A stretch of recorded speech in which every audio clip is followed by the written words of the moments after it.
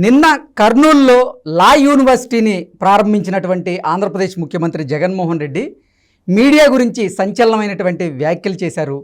Media రంగం చెడిపోయిందని, మీడియాని నమ్మద్దంటూ కూడా ఆయన మీడియా రంగం మీద సంచలనమైనటువంటి వ్యాఖ్యలు చేసిన నేపథ్యంలో ఈ అంశానికి సంబంధించి మనతో మాట్లాడేందుకు ప్రముఖ రాజకీయ విశ్లేషకులు, ప్రముఖ సీనియర్ జర్నలిస్ట్ సిఎస్ రావు గారు మనతో ఉన్నారు. సార్తో మాట్లాడదు.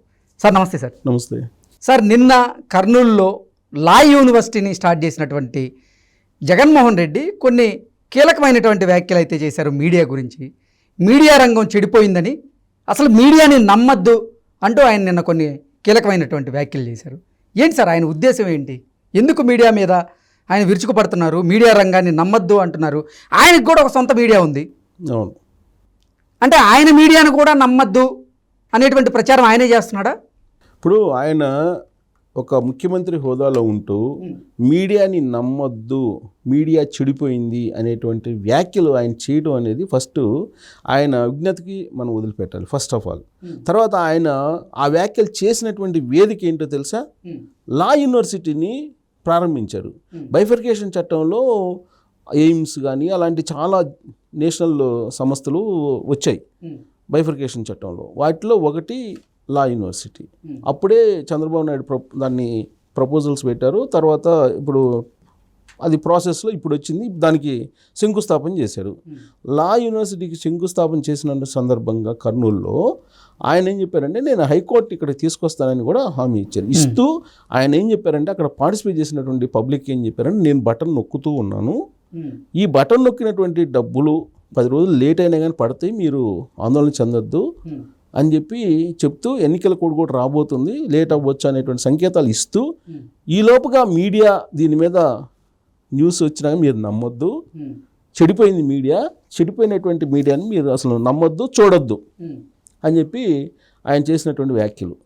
ఆయన చేసిన ఆ వేదిక అనేది ఒక పిల్లరు, జ్యుడిషియరీ అనేది ఒక పిల్లర్ కదా సమాజానికి.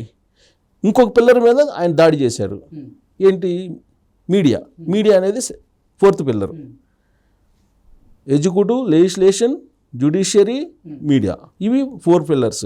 ఈ 4 పిల్లర్స్ స్ట్రాంగ్గా ఉంటేనే సమాజం నిలబడుతుంది. అవును.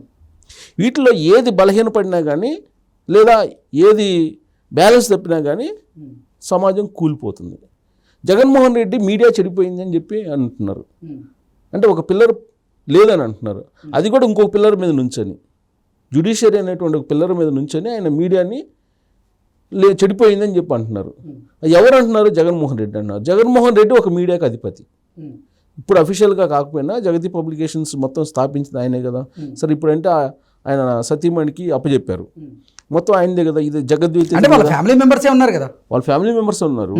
మీడియా చెడిపోయిందంటే ఆయనకి మీడియా ఉంది కదా. ఆయనకి మీడియాతో పాటు ఆయనకున్నటువంటి మీడియా తెలుగు రాష్ట్రాల్లో 80% మీడియా ఆయన చెప్పు చేతుల్లో, ఆయన చేతుల్లో ఉంది, ఒక 20% తప్ప. మరి ఇంకా మీడియా చెడిపోయిందంటే చెడగొట్టింది ఎవరు? మేజర్ భాగం 80% జగన్మోహన్ రెడ్డి చేతిలో ఉంది. అంటే చెడిపోయిందని ఎందుకన్నారు సార్? ఆయన గురించి మంచి వార్తలు కొన్ని వస్తున్నాయి కాబట్టి 80% ఆయన నమ్మద్దని చెప్తున్నారా ఆయనే? ఇప్పుడు ఆయన ఫస్ట్ నుంచి ఏం చెప్పేది, రాబోయేటువంటి ఎన్నికల్లో దుష్ట చతుష్టయంతో మనం యుద్ధం చేయాలి. ఆ దుష్ట చతుష్టయం ఎవరు అని అంటే, ఆ 2 పేపర్లని గతంలో రాజశేఖర రెడ్డి అనేవాళ్ళు బతికున్న రోజుల్లో. ఇప్పుడు ఇంకో 2 ఛానల్స్ని యాడ్ చేశాడు ఈయన. అవి దుష్ట చతుష్టయం, దత్తపుత్రుడు, ఇవే కదా. ఆయన నోరు తెరిస్తే వచ్చే ప్రతి వేదికలో అదే చెప్తున్నారు. ఇది మీరు ఈ ఛానల్స్ చూడొద్దు, ఈ పేపర్లు చదవద్దు, ఓన్లీ సాక్షి చదవండి, సాక్షి వినండి, నేను చెప్పేది వినండి, నేను నీతిమంతుడిని, నాకన్నా ఈ ప్రపంచంలో ఎవరు నీతిమంతులు లేరు, ఇది ఆయన చెప్పేది. అంతే కదా. ఇప్పుడు నువ్వు చేసిన పనులు చెప్పు, ఇబ్బందిలే. పరిపాలనలో మెరుగైనటువంటి పరిపాలన చేస్తే ప్రజలకు తెలియజేయి, ఇబ్బందిలే. మెరుగైనటువంటి పరిపాలన నేను ఇది చేశాను అని చెప్పి కన్విన్స్ చేయి ప్రజల్ని, ఇబ్బందిలే. కానీ మీరు చేస్తున్నటువంటి ప్రజా వ్యతిరేకమైనటువంటి విధానాలను ఎత్తి చూపుతున్నటువంటి మీడియాని చెడిపోయింది అనేటువంటి ఒక పదాన్ని ఉపయోగించాడు జగన్మోహన్ రెడ్డి అని అంటే, అది చిన్న విషయం కాదు. ఒక ముఖ్యమంత్రి, ఆయన ఒక ముఖ్యమంత్రి జగన్మోహన్ రెడ్డి. మరి ఆ ముఖ్యమంత్రి అనేటువంటి పదవికి వాల్యూ ఏమనుకున్నాడు ఆయన నాకైతే తెలియట్లేదు. కానీ ఆ పదవిలో ఉంటూ చెడిపోయింది మీడియా అని చెప్పి అంటం అనేది, చెడిపోతే ఏం చేస్తున్నాడు ముఖ్యమంత్రి? ముఖ్యమంత్రి బాగు చేయాలి కదా. ఇప్పుడు 4 పిల్లర్స్ అండి సమాజానికి. ఈ 4 పిల్లర్స్ని బాగా నడిపించాల్సిన బాధ్యత రాజ్యాంగం కల్పించింది కదా ముఖ్యమంత్రికి. ముఖ్యమంత్రిగా ఉన్నట్టు జగన్మోహన్ రెడ్డి మరి ఎందుకు బాగు చేయట్లేదు? చెడిపోతే మార్గాలు ఉన్నాయి కదా బాగు చేయడానికి, మరి ఎందుకు బాగు చేయట్లేదు? స్టడీ చేయొచ్చు కదా. ఢిల్లీలో ఏ విధంగా కేజ్రీవాల్ మీడియాని చూస్తున్నారు, స్టడీ చేయొచ్చు కదా, వెళ్ళి స్టడీ చేయొచ్చు కదా. అసలు మీడియానే నడుపుతున్నాడు కదా ఆయన. మీడియాని నడుపుతుంతో పాటు మిగిలినటువంటి మీడియా, ఇప్పుడు బ్లూ మీడియా ఉంది. బ్లూ మీడియా 80% ఉందండి నాకున్న అవగాహన మేరకు.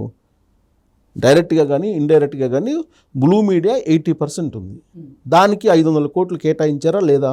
సొంత డబ్బా కొట్టుకోవడానికి. సోషల్ మీడియా ఐప్యాక్ని పెట్టుకున్నారా లేదా? దానికి ఒక 300 కోట్లు ప్రజాధనాన్ని ఇచ్చారా లేదా జగన్మోహన్ రెడ్డి? తర్వాత అడ్వర్టైజ్మెంట్, ప్రతి బటన్ నొక్కే కార్యక్రమానికి అడ్వర్టైజ్మెంట్లు భారీగా ఇస్తున్నారా లేదా? సాక్షి పేపర్ని వాలంటీర్ల చేత కొనిస్తున్నారా లేదా నిర్బంధం చేసి? అది కోర్టులో నడుస్తుందా లేదా కేసు? ఇవన్నీ నిజాలే కదా. వీటన్నిటిని దాచిపెట్టి మీడియా చెడిపోయింది అని చెప్పడం అంటే ఆయన కడిగిన ముత్యమా? జగన్మోహన్ రెడ్డి మీ బిడ్డ మీదకి అందరు వస్తున్నారు, మీ బిడ్డని గద్దె దించడానికి అందరు వస్తున్నారు అని అంటున్నారు. మీ బిడ్డ అని అంటే ఎలా నమ్ముతారు? 2019లో నమ్మారు, అయిపోయింది, నిజ స్వరూపం బయటపడిపోయింది. ఆ నమ్మిన వాళ్ళలో నేను కూడా ఉన్నా, ఏదో మార్పు తీసుకొస్తారని భావించిన వాళ్ళలో నేను కూడా ఉన్నా. కానీ ఇవాళ పరిస్థితి ఏంటి? ఏం చెప్పావు 2019 ముందు, ఏం చెప్పారు, ఇప్పుడు ఏం జరుగుతుంది? దాన్ని ఎప్పుడైనా రివ్యూ చేసుకున్నారా? చేసుకోలేదు కదా. మీడియా మీద పడితే ఉపయోగం ఏంటి? మీడియాకి స్వేచ్ఛ ఇవ్వనటువంటి ప్రభుత్వాలు మనుగడ సాగించలేవు. ఇది చరిత్ర చెప్తుంది, నేను చెప్పడం కాదు. మీడియాని సంఖ్యలు వేసినా, మీడియాకి స్వేచ్ఛను ఇవ్వకపోయినా ఆ ప్రభుత్వాలు మనుగడ సాగించలేవు. ఉదాహరణకి తెలంగాణ ప్రభుత్వాన్ని తీసుకోవచ్చు, మొన్నటిదాకా ఉన్నటువంటి తెలంగాణ ప్రభుత్వాన్ని. ఏ విధంగా పింక్ మీడియాని ఎస్టాబ్లిష్ చేసి అసలైనటువంటి మీడియాని తొక్కేశారో. ఆయన గులపత్రికలు అనేవాళ్ళు కేసీఆర్. లాస్ట్కి ఏమైంది?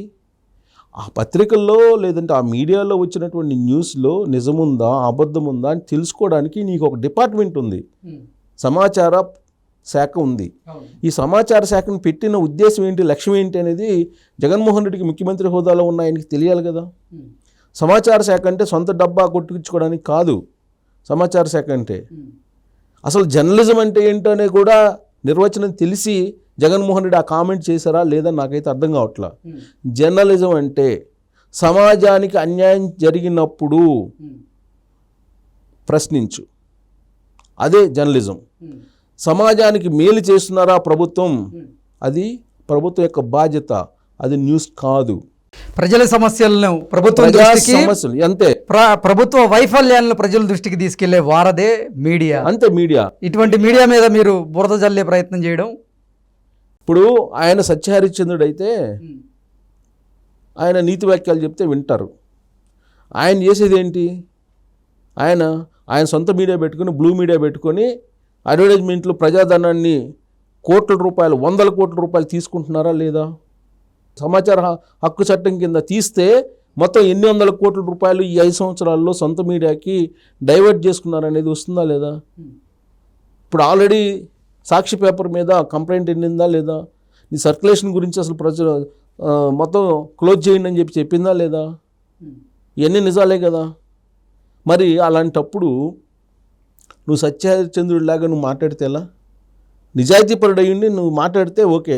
నీ బిడ్డ మీద దాడి చేస్తున్నారు, మీ బిడ్డని అందరూ కలిసి గుద్దించేయాలనుకుంటున్నారు. ఎవరికి బిడ్డ కాదు కదా. ఆయన బిడ్డ ఏం కాదు. ఎవరికి బిడ్డ అయినా బిడ్డ అయితే ఆయన విజయముఖి అవుతాడు, లేకపోతే రాజశేఖర రెడ్డికి అవుతాడు. అందరూ కలిపి ఓట్లు వేస్తే ఆయన ముఖ్యమంత్రి అయ్యాడు.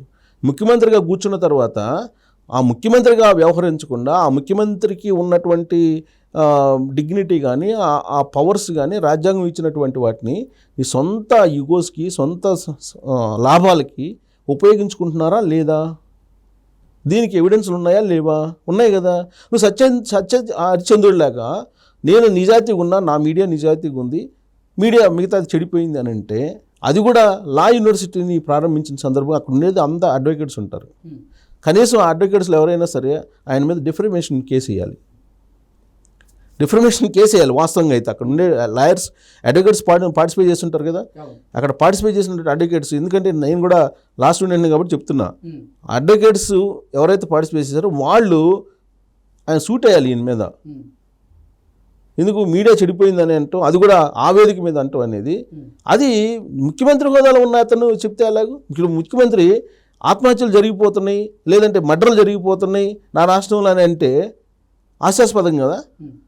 ఒకవేళ అంటే చెప్తున్నా, దానికి నియంత్రించాల్సిన బాధ్యత ఆ ముఖ్యమంత్రికి ఉంటుంది కదా.